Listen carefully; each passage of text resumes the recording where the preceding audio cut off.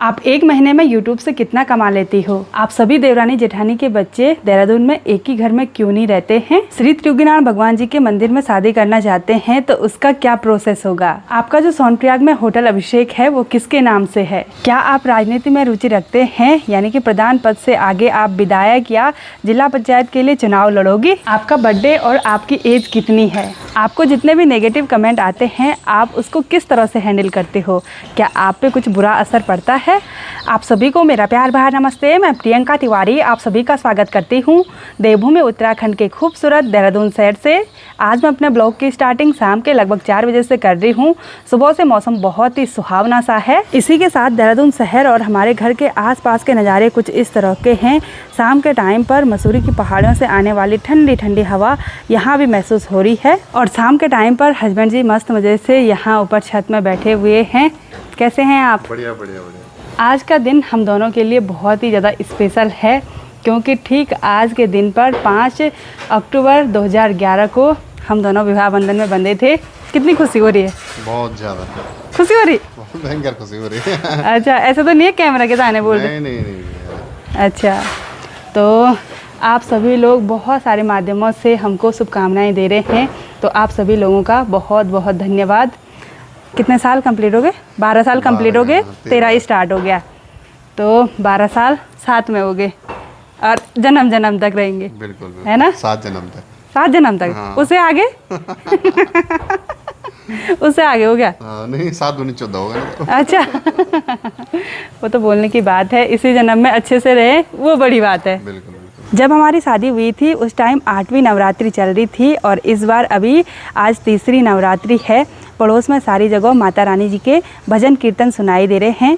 शादी के सालगिरह के इस खास मौके पर आज मैं आप सभी लोगों के सवालों के जवाब देने वाली हूँ। परसों मैंने एक कम्युनिटी पोस्ट डाली थी, उसमें बहुत सारे लोगों ने बहुत सारे क्वेश्चन पूछे थे। काफ़ी सारे लोगों ने एक जैसे क्वेश्चन पूछे, लगभग 250-300 कमेंट आए हुए थे उस पर, और उन्हीं में से कुछ क्वेश्चन मैंने छांटे हैं। तो आज उन सभी क्वेश्चनों के जवाब मैं देने वाली हूँ। पहला क्वेश्चन है निवेदिता कुमारी जी का, आप पहाड़ की महिलाएं क्यों सर पर हमेशा कपड़े बांध कर रखती हो?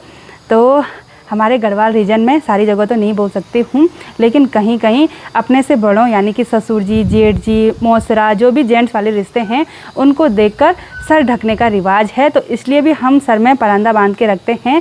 और साथ ही पहाड़ की महिलाएं बहुत ज़्यादा काम करती हैं तो सर को ढक के रखती हैं हमेशा, मतलब सर ठंडा ना हो या ज़्यादा गर्मी ना हो, धूप से बचने के लिए, तो इसलिए बांध के रखती हैं। अगला क्वेश्चन है प्रियंका जी, अगर हम रुद्रप्रयाग ज़िले में कोई प्रॉपर्टी लेना चाहें तो उसके टर्म्स एंड कंडीशन क्या क्या होंगे?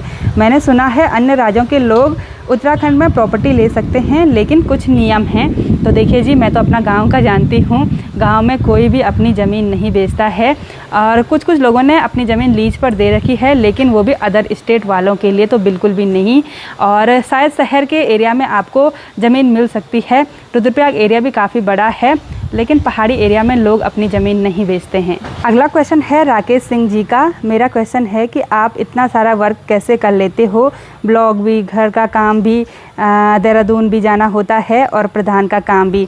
तो देखिए जी, ये सभी तो भगवान जी की कृपा और आप सभी लोगों के आशीर्वाद से ही पॉसिबल हो पाता है। घर तो खेती बाड़ी ऐसे है कि खेती बाड़ी करो और साथ में ब्लॉग बन जाता है, 2 काम साथ हो जाते हैं। और हम जीवन जीने के साथ साथ ही ब्लॉगिंग करते हैं। ऐसा नहीं है कि ब्लॉग के लिए काम करो, तब मुश्किल खड़ी हो जाती है जब ब्लॉग के लिए काम करना पड़ता है। काम करके ब्लॉग बन जाता है तो फिर कोई भी परेशानी नहीं होती है। और दौड़ भाग तो लगी रहती है, महीने में 1 चक्कर तो देहरादून का लगता ही है। और प्रधान का काम भी करते रहते हैं। कभी कभी जब मैं शाम के टाइम ब्लॉग स्टार्ट करती हूँ ना, तो सुबह के टाइम पूरा प्रधान का काम करती हूँ। अगला क्वेश्चन है कि आप लोगों ने गंगी विलेज में बच्चों को क्यों कुछ नहीं दिया, और अगर दिया तो बताया क्यों नहीं, और अगर दिया भी तो अब बताना कि कितना दिया, क्या दिया, सब सुनना चाहते हैं। तो गंगी वाली सीरीज़ पर मुझे बहुत सारे कमेंट आए थे कि आप लोगों ने उनके आलू के रुपये नहीं दिए, उनके बच्चों को कुछ नहीं दिया। तो देखिए जी, मुझे लगता है वो लोग मुझे जानते नहीं हैं या नए नए मेरे चैनल से जुड़े हुए हैं। जो पहले से जुड़े हैं उनको सब पता है। मैंने बहुत बार बोल रखा है, ये सब नॉर्मल चीज़ें होती हैं। कोई घर पर आता है, उसको चाय पिलाना नॉर्मल बात होती है। कोई बच्चे आगे, उनके हाथ पर रुपये देना बिल्कुल नॉर्मल सी बात होती है। तो जी हाँ, मैंने उनको रुपये दिए, और ऐसे क्या बताना यार, इतने दिए। और रही बात उनके आलू की, आलू के भी दिए, पर ये बोलकर नहीं दिए कि ये आपके आलू के हैं, मतलब उनके हाथ पे पकड़ा दिए। वैसे तो होता ही है भाई, तो मुझे नहीं लगता है कि ये सारी चीज़ें मतलब ऑन कैमरा रिकॉर्ड होनी चाहिए, दिखाना चाहिए, वो मेरी सोच है। अगला क्वेश्चन है अंशिका बिष्ट जी का, आपके यूट्यूब से मंथ की इनकम कितनी आती है और सेविंग कैसे करते हो, आपका ड्रीम क्या है और अपने बेटे को लेकर आप उसको क्या बनाना चाहते हो। तो बहुत सारे लोगों ने पूछा रहता है कि आपकी कमाई कितनी है, यूट्यूब से कितना कमा लेते हो, बहुत सारे लोग जानना चाहते हैं। तो देखिए जी, फिक्स कमाई नहीं होती है, लोग अपने मन में आइडिया लगाते हैं। कोई बोलता है 7-8 लाख कमा लेती होगी, कोई बोलते हैं 10-15 हज़ार कमा लेती होगी। तो ना 7-8 लाख कमाती हूँ, ना 10-15 हज़ार, बीच का कमाती हूँ और अपने परिवार के भरण पोषण के लिए पर्याप्त कमा लेती हूँ, यही बोलना चाहूँगी।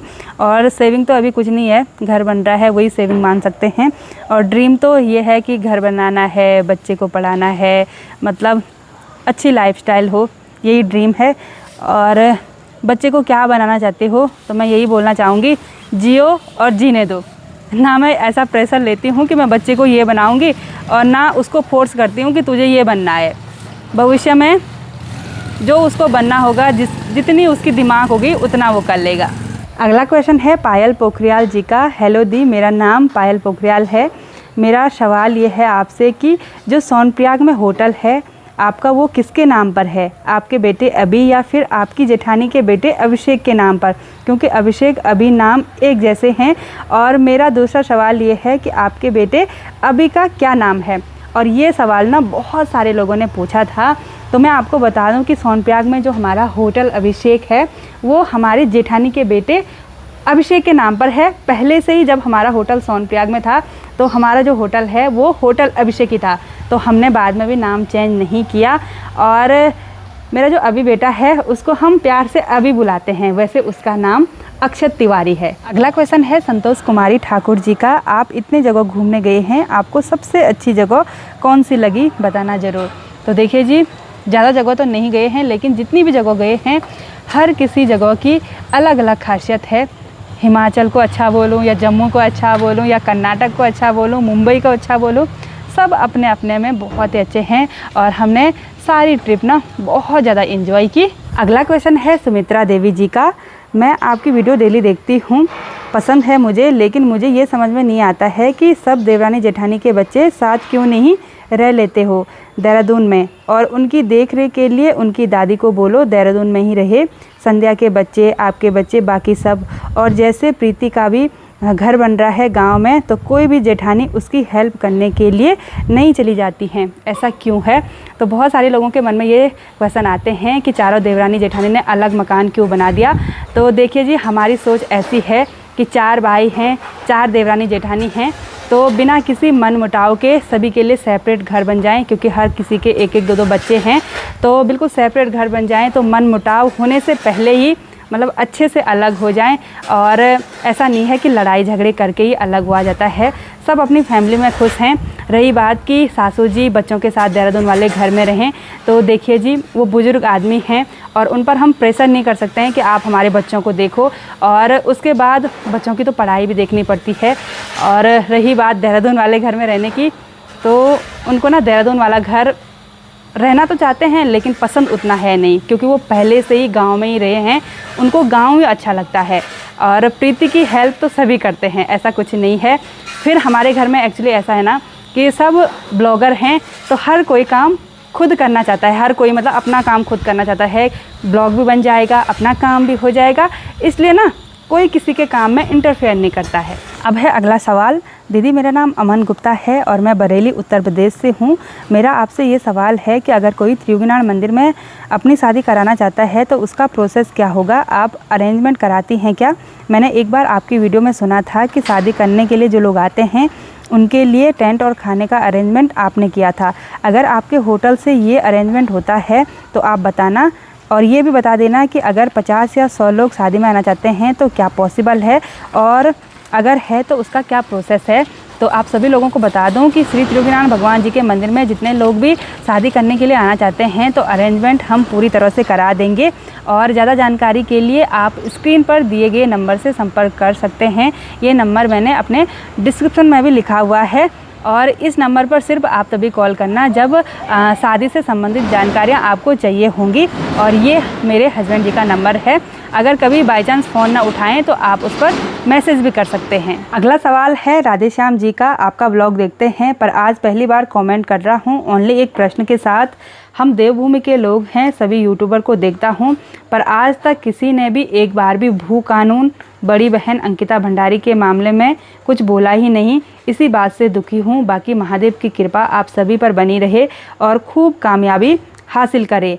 तो देखिए जी, मैं ये मानती हूँ कि हमने कभी भी अपने ब्लॉग में अपना जो थंबनेल और टाइटल है वो इस चीज़ से संबंधित नहीं रखा और हम भू कानून के पूरी तरह से सपोर्टर हैं।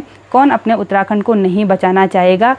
और रही बात अंकिता भंडारी जी की, तो मैं चाहती हूँ कि पूरे देश में किसी भी बहन बेटी के साथ कुछ इस तरह से घिनौना अपराध ना हो। तो हमने बहुत बार कम्युनिटी पोस्ट भी डाली हैं, अपने ब्लॉग के माध्यम से भी बताया है ऐसा नहीं है। और जो गलत चीज़ हैं हम उनके सपोर्टर कभी भी नहीं हैं, पास्ट में भी नहीं थे और फ्यूचर में भी नहीं होंगे। पासपोर्ट आने के बाद बहुत सारे लोगों का क्वेश्चन था कि विदेश यात्रा पर कब जा रहे हो। तो देखिए जी, अभी कोई प्लानिंग तो नहीं है। पासपोर्ट बन गया है लेकिन अभी घर का काम है, काफ़ी सारे काम करने हैं। घूमना फिरना तो आउट ऑफ कंट्री तो बहुत रुपये भी चाहिए होते हैं। तो अभी तो बच्चे को भी फुसला के रखा हुआ है और अपने दिल दिमाग को भी अभी तो नहीं, लेकिन अगले साल तक हो सकता है। अगला क्वेश्चन है अनुष्का राणा जी का। आपका बर्थडे और आपकी एज कितनी है। तो मेरा बर्थडे आता है 27 नवंबर को और मैं जन्मी थी 1993 में और मेरी एज है 31 कंप्लीट होने वाला है और 32वां स्टार्ट हो जाएगा। अगला सवाल है शशिकांत जी का और ये सवाल बहुत सारे लोगों ने पूछा था। आप कौन सा camera, mic, editing software use करते हो और आप मोबाइल को हाथ से पकड़ते हैं या ट्राइपॉड यूज़ करते हैं। ट्राइपॉड यूज़ करते हैं तो कितने का है, ऐसा क्वेश्चन भी था। तो मैं बता दूं कि मेरे पास है सैमसंग S24 अल्ट्रा फ़ोन, उसी का कैमरा यूज़ करते हैं। और माइक है ये हॉलीलैंड का, पहले मैं DJI और रोड का माइक यूज़ करती थी। एडिटिंग सॉफ्टवेयर है काइनमास्टर प्रीमियम, उसको मैं पेड करती हूँ। और ट्राइपॉड मेरा आया था 1600-1700 का। किसी भी जो गैजेट वाली दुकान है या जो मोबाइल वाली कैमरे वाली दुकान होती है उसमें आसानी से मिल जाता है। अगला क्वेश्चन है अनीता पंत जी का। दी प्रणाम, मैं अनीता पंत पौड़ी से हूँ। आपकी वीडियो रोज़ देखती हूँ, आपकी वीडियो अच्छी रहती हैं, हमें भी मोटिवेशन मिलता है आपकी वीडियो से, बट मेरा चैनल ग्रो नहीं हो रहा है, ऐसा क्या करूँ बताना प्लीज़। और ये सवाल बहुत सारे लोगों ने पूछा था कि नए यूट्यूबर को, नए ब्लॉगरों को आप क्या बोलना चाहोगी जिससे वो अपना ब्लॉगिंग अच्छे से कर सकें। तो मैं आप सभी लोगों को बता दूं जो नए नए ब्लॉगर हैं, अगर आप ये सोचकर ब्लॉग बना रहे हैं कि हम 1-2 ब्लॉग डालेंगे और सीधे हमारा चैनल मोनेटाइज हो जाएगा, हम रुपये कमाना स्टार्ट कर लेंगे, तो ये काम नहीं होने वाला है। एक बार मेहनत करिए, काम करिए और उसके बाद अपने आप ग्रो हो जाता है। अगर आपका चैनल पहाड़ी लाइफस्टाइल है तो आप अपने गांव की, अपने उत्तराखंड की या जहां भी आप रहते हैं वहां की ट्रेडिशनल चीज़ों को दिखाइए, खुद ब खुद ग्रो हो जाएगा। और बाकी मेहनत तो बहुत ज़रूरी है।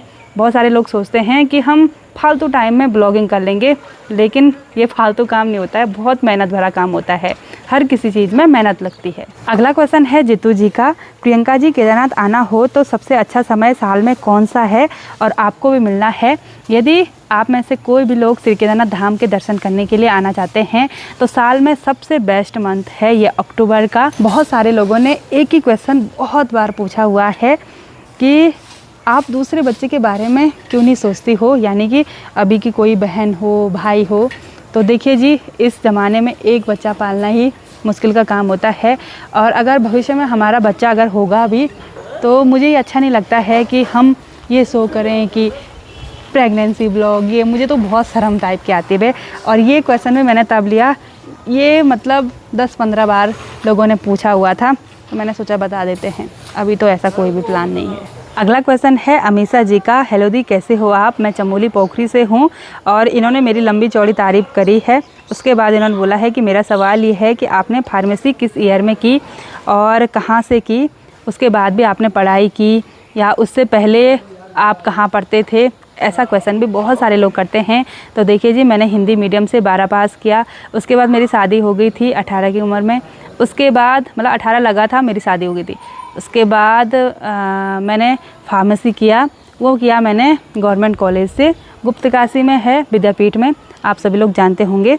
तो फार्मेसी किया, उसके बाद बच्चे हो गए थे, बच्चों का भरण पोषण कर रहे हैं, उसके बाद पढ़ाई छोड़ दी थी, उसके बाद कुछ भी नहीं किया और अभी आपके सामने पे ब्लॉगिंग कर रहे हैं। अगला सवाल आया है अनुरावत जी का।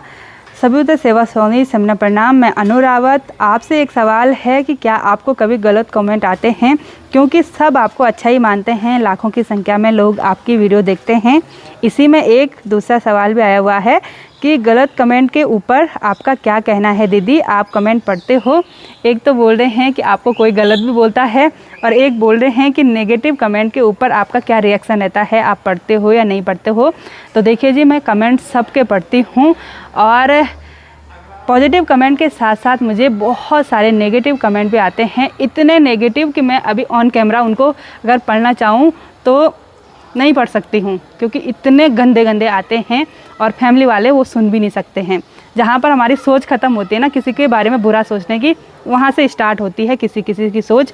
देखिए जी, हर किसी की अपनी सोच होती है, किसी की सोच को हम पकड़ तो नहीं सकते हैं, हर कोई अपने हिसाब से सोचता है। और मैं हमेशा जो पॉजिटिव कमेंट हैं, जिन्होंने मुझे एडवाइस दी रहती है कि ये करना चाहिए, वो करना चाहिए, उन्हीं को अपने मन में लेती हूँ। बाकी नेगेटिव कमेंट पर अगर मैं ध्यान दूँगी ना तो मेरा घर परिवार सब, ब्लॉगिंग सब बर्बाद हो जाएगा। तो इसलिए मैं उन पर ध्यान बिल्कुल भी नहीं देती हूँ। और बहुत सारे लोग ना मतलब पर्सनल चीज़ों को जानना चाहते हैं कि इनके घर परिवार में क्या चल रहा होगा, क्यों ऐसा हो रहा होगा। तो देखिए जी, लड़ाई झगड़े भी हर किसी के परिवार में होते हैं, लेकिन सोशल मीडिया पर हम आए हैं आप लोगों को एंटरटेन करने के लिए, अपनी पहाड़ी लाइफस्टाइल, अपने उत्तराखंड को रिप्रेजेंट करने के लिए। तो लड़ाई दिखाएं, मारपीट दिखाएं, वैसे ऐसे होता नहीं है, लेकिन अगर भविष्य में कभी होगा या हुआ होगा तो मुझे नहीं लगता कि ये ऑन कैमरा दिखाने की बात है। अब है अगला question. We have been watching your blogs for a long time and I like the way you talk about your culture, nature and food in detail, and we know that you also do social work and you are present in all family functions. You are also politically active and also a good speaker, but has the right time come now that we all see you a leader in the legislative assembly, and are you interested in politics? तो इसी से संबंधित दिया बगरी जी ने भी एक question पूछा हुआ है कि दीदी क्या आप आने वाले चुनाव में कुछ बड़ा करने वाले हो, कुछ बड़ा पद प्रधान से आगे, और आपकी ब्लॉगिंग में आपके भाई का कितना सहयोग है? तो इसका जवाब मैं दे देती हूँ आपको कि मेरे भाई ने हमारे घर में जितने भी ब्लॉगर हैं सभी को सपोर्ट किया है। मुझे तो क्या, सभी ब्लॉगरों को उसने बहुत ज़्यादा सपोर्ट किया है और अभी तक भी सपोर्ट करता है। जब भी कोई मदद की ज़रूरत होती है तो सब उसी को फ़ोन करते हैं। और इसी में नेगी जी ने भी एक क्वेश्चन पूछा कि क्या आप फिर से प्रधान बनना पसंद करोगे? तो राजनीति में मेरा इंटरेस्ट ज़्यादा नहीं है और मुझे मेरे गांव वालों ने निर्विरोध प्रधान बनाया था 5 साल पहले, अब कार्यकाल समापन की ओर है। तो मैं अपने गांव वालों का दिल से बहुत बहुत धन्यवाद करती हूं कि उन्होंने मुझ पर इतना भरोसा किया था। और आने वाले समय में तो क्या बोल सकते हैं, अगर कोई पार्टी मुझे टिकट देती है तो मैं उसमें पीछे नहीं रहूँगी। अगर मौका मिल रहा है तो हर किसी जगह पर अपना लक आजमाना चाहिए और हर किसी क्षेत्र में मेहनत लगती है। राजनीति मुझे इसलिए पसंद नहीं है, इन 4-5 सालों में मैंने जो अनुभव किया है कि राजनीति में इंसान बाहर से कुछ और होता है लेकिन अंदर से कुछ और होता है। मतलब होना पड़ता है फील्ड में, ऐसे मैंने ऐसे देखा है। और ये सच भी हो सकता है, नहीं भी हो सकता है, लेकिन अगर भविष्य में कोई अगर मौका देता है तो हो सकता है। भविष्य के गर्भ में क्या छुपा हुआ है वो किसको क्या पता। और बहुत सारे लोग देखना चाहते हैं कि विधायक बन जाऊं, जिला पंचायत बन जाऊं, देखते हैं क्या होता है। वैसे तो बहुत सारे लोगों ने अलग अलग तरह के सवाल पूछे थे और उन सभी सवालों का जवाब एक ही ब्लॉग में देना पॉसिबल नहीं है। उनमें से कुछ सवाल मैंने चुने जिनका जवाब देना मैंने उचित समझा। उम्मीद करती हूँ आपको आपके सवाल का जवाब ज़रूर मिल गया होगा, और जिनको नहीं मिला वो हमारे पहाड़ी लाइफस्टाइल ब्लॉग को देखते रहना और अगले Q&A का इंतज़ार ज़रूर करना। रात के लगभग 8 बजे का टाइम हो गया है, बाहर पूरी तरह से अंधेरा हो गया और अब हम अपनी एनिवर्सरी सेलिब्रेट करते हैं, यानी कि केक कटिंग कर लेते हैं। अभी अभी मेरे भाई का फ़ोन आया विश करने के लिए और उसने बोला 13 साल कंप्लीट हो गए, 14वां स्टार्ट हो गया। और हम क्या गिन रहे थे, 12 कंप्लीट हो गए और 13वां स्टार्ट। उसके साथ भी जिद कर रहे नहीं नहीं, उसने बोला अरे भाई 2011 से गिनो, और हमारे ध्यान से बात उतर गई।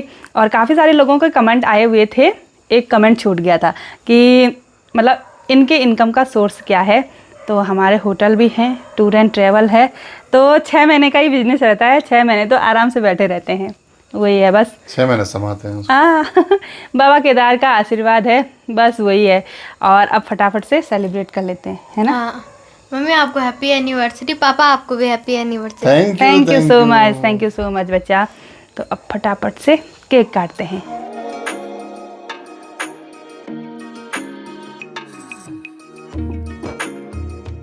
एनिवर्सरी पर केक काटना तो बहाना था, क्योंकि केक इसको खाना था। मैं तो हाल ही में ठीक हुई हूँ, मतलब तबीयत अब थोड़ा सा सही है, लेकिन डॉक्टर ने मना किया है बाहर की चीज़ें खाने के लिए, तो थोड़ा सा ही खाया। कैसे हो रहा केक? बहुत ज़्यादा बढ़िया। हाँ अच्छा हो रहा। हाँ और आप सभी लोग हमको खूब खूब आशीर्वाद दे रहे हैं, तो आप सभी लोगों का दिल से बहुत बहुत धन्यवाद। आप सभी लोगों का आशीर्वाद मेरी इस प्यारी सी फैमिली पर ऐसा ही बना रहे। कैसा लगा? बहुत बढ़िया। अच्छा इनके साथ तो खूब मस्ती हो रही है। कभी मैं गुस्सा दिलाती हूँ ना, तो ये गाना बोलते हैं, क्योंकि मैंने तेरे से शादी वो वाला गाना आ रहा है वो तो मजाक में होता है, ऐसा कुछ नहीं है। तो थैंक यू सो मच आप सभी के लिए, दिल की गहराइयों से बहुत बहुत धन्यवाद। गहराइयों से? हाँ अंदर कहाँ? अंदर गहराइयों से। ये बहुत फनी है। ऐसे बोलते हैं ना, बॉटम ऑफ माई हार्ट, तो उसी को तो बोलते हैं हिंदी में, दिल की गहराइयों से। दिल की गहराइयों से नहीं बोलते थैंक अब यू? मैं गाना भी बनाऊंगा इसे, दिल की गहराइयों से। थंबनेल। थंबनेल, चलो बढ़िया। आज का पूरा दिन खास होने के साथ साथ बहुत ही बढ़िया भी रहा। आप सभी लोगों की ब्लेसिंग के लिए बहुत बहुत धन्यवाद। थोड़ा बहुत मीठा खाया तो पेट भी भर चुका है, फिर भी डिनर करेंगे। तो आज की इस वीडियो को यहीं पर एंड करते हैं। आई होप आपको वीडियो पसंद आई होगी। वीडियो पसंद आए उसको लाइक कीजिए, कमेंट कीजिए और अपने दोस्तों के साथ शेयर कीजिए। मैं प्रियंका योगी तिवारी मिलती हूँ आपको अपनी अगली नई वीडियो में। तब तक के लिए जय देवभूमि उत्तराखंड।